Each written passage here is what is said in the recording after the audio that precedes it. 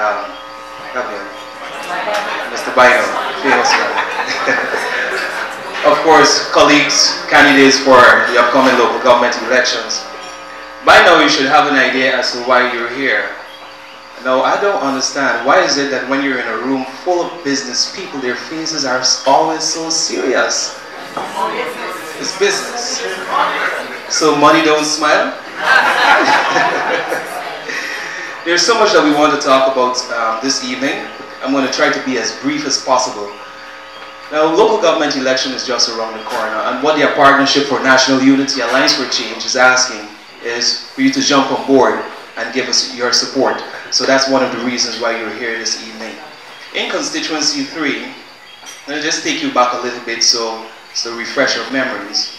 I'm a lecturer by profession, so I might go a little fast, but you can always slow me down. You can even stop me and ask questions. Linden is a blessed place. Would you agree? Yes, it is. Now, many times, in fact, last evening at the flag raising ceremony, Mr. Rennis Morian mentioned that Linden is strategically placed, Region 10 is strategically placed on the map. It's in fact the heart of Guyana, where we have 3 main rivers running through it. This is the only region in Guyana that is so rich, not only with minerals, but also other natural resources. Linden of itself is a town, and it became a town in 1970. Now, during that period, from its beginning in terms of existence, taking you back to the early 1900s, when we had George Bain Mackenzie, who happened to be a French. He came in search of bauxite here in Linden. He found it, and then he came back in 1916, and Denver was formed. From ever since then, Linden was always considered a bauxite mining town. We attracted many people from across the world coming to work here, from Corinthine, Berbice, Essequibo, even Antigua. And some of you might have relatives that are your descendants of Antiguans and Grenadians and so forth. But throughout the period, we have seen the bauxite company contributing as much as 12% of the gross domestic product at that time. Outside of sugar and rice and gold and diamond, bauxite was the going thing. But unfortunately, as the world market crashed and so forth, we saw retrenchment happening and various things. Eventually, Linden was not so considered economically stable. Where we fall in constituency 3, what we realize is that during the entire period, some of what had happened to Linden is as a result of political biasness, or we were somewhat marginalized, which is a popular word being used today. Now, the PPP, the People's Progressive Party Civic, likely would have realized that we're supporters of the then PNC and now the Partnership for National Unity Alliance for Change. As a result, they would have basically cast us aside. Because one would want to know, why is it that Berbice and Essequibo is far more advanced and Linden is being treated as a stepchild? Somebody say stepchild. Stepchild. Our vision for Linden, hopefully, maybe it might, we're hoping that within the next 4 years it can look like this, but let's be practical. But it's possible. Through hard work and dedication, it can happen. There's a better way. Like most Lindeners, we want to see our town governed in a way that provides equal opportunities to all its residents, generate greater income, and from various sectors. But let's be honest with something, with a few things first of all. When it comes to business, how many business persons we have in here, entrepreneurs and investors? Just show by raising your hand, even if you got a sweetie stand and all, or you would have done some form of business. So therefore we can consider ourselves businessmen and women.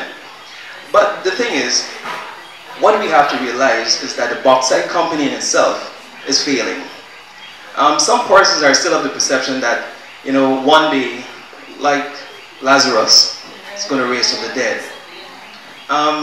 It's going to be difficult. And we should not put our entire shoulder on the bauxite company, because you have Ghana and all these other countries who are now producing bauxite at a cheaper rate. So now the bauxite company only accounts for maybe out of 500 employees. How many persons, how many residents we have here in Linden? almost 35,000. So you see where we're heading. Now I must congratulate you business people for providing equal opportunities for our young people in Linden, but still that is not good enough. As the Partnership for National Unity Alliance for Change, when we get into the Linden Mayor and Town Council come March 18th, there are a few things that I want to highlight really briefly of what our intentions are. Myself and Pastor James, we have worked on this document seriously. Working with relevant stakeholders, we have to ensure that throughout this entire process of the transition from the old councilship to the new one, we must always consult with our people. Too many times our leaders make decisions. Too many times they make decisions without consulting the people. So when something goes wrong, you know, they're wondering why we're blocking the bridge, but that's another story by itself. We want to work with relevant stakeholders to reduce the economic gap. What do we mean by economic gap? We have some persons, some business people who might be doing well off. But let's ask ourselves, what are we doing to assist others?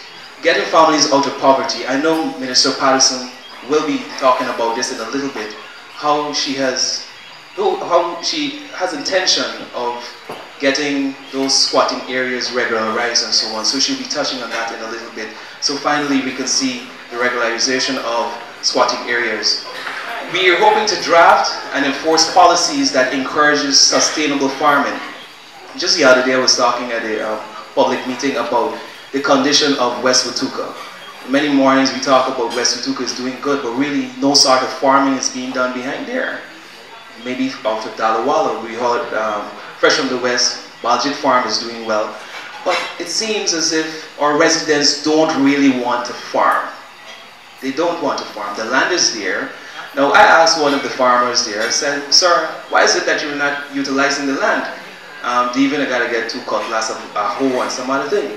So I'm like, how much for a cutlass? $2,500 the most, right?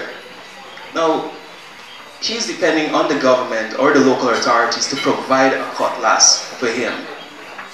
It's a sad state. But the thing is, sometimes we can help ourselves in certain situations instead of depending on the government or local authorities. So we have to encourage sustainable farming, one that protects local producers and from outside traders. Now we're not looking to get or become a state where we're banning or doing any contraband or anything like that. That would be wrong of us. But what we're simply saying is that if it can be grown here, well then we should encourage it, and also the market and consumers should support it. Would you agree?